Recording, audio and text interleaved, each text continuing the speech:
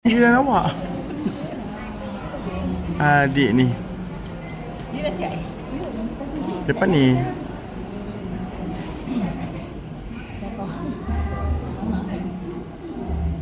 Nervous sangat. So dia tak Nervous.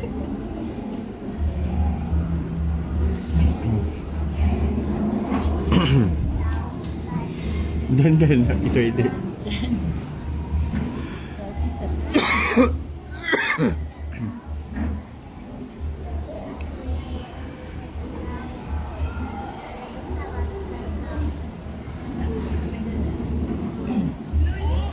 Seterusnya kita beralih kepada peserta nombor 15. Majlis dengan ini dipersilakan.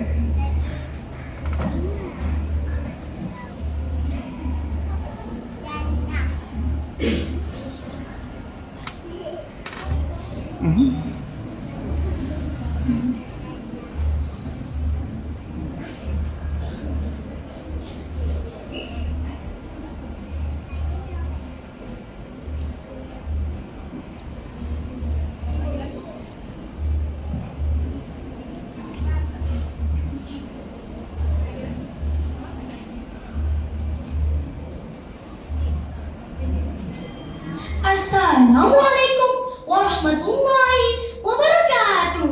Terima kasih penerus acara yang dihormati para siapa lelaki yang bijaksana, penjaga masa yang peka dengan waktunya.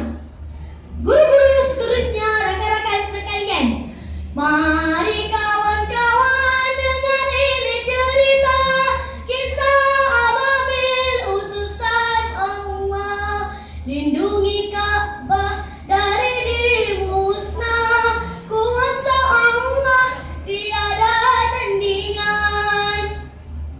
Kawan-kawan, tahu tak tentang burung ababil? Burung ababil merupakan burung yang paling bersejarah di dalam Islam.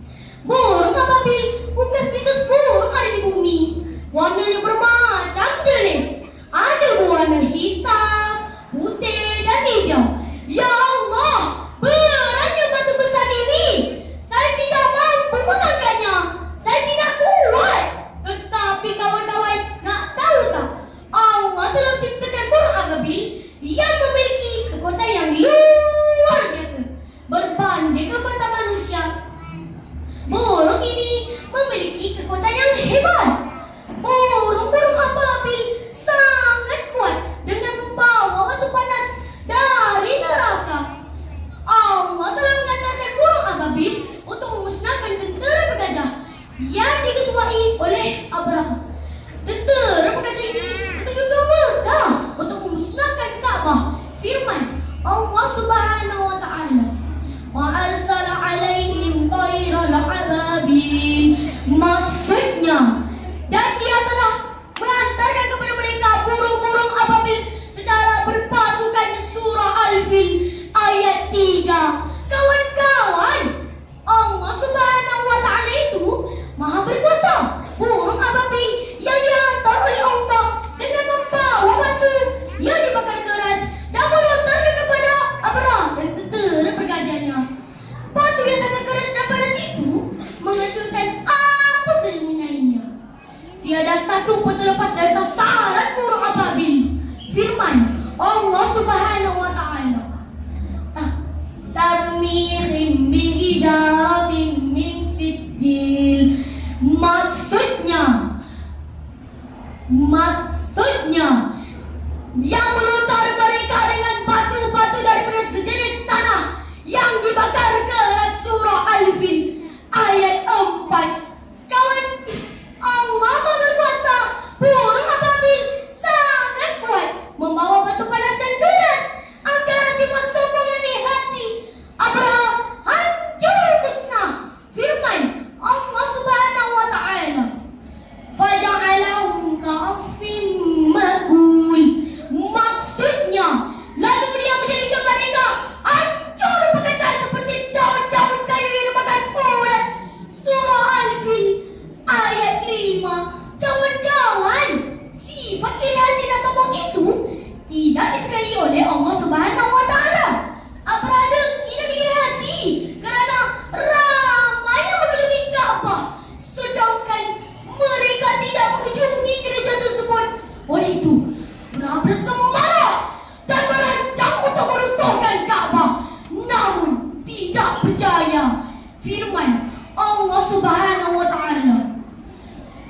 yaj'al kaidahum fi tadlil. Maksudnya, bukankah Tuhan menjadikan rencana yang jahat kepada mereka dalam keadaan rugi dan memusnahkan mereka?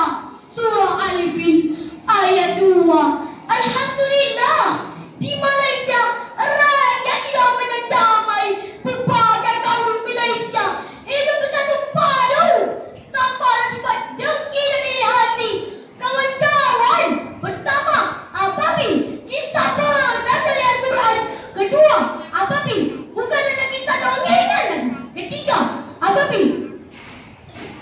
Ketiga, apabila satu bukti tuan-tuan, jika kita bertakwa dan bertawakal kepadanya. Sekian, wabillahi taufiq wal hidayah. Wassalamualaikum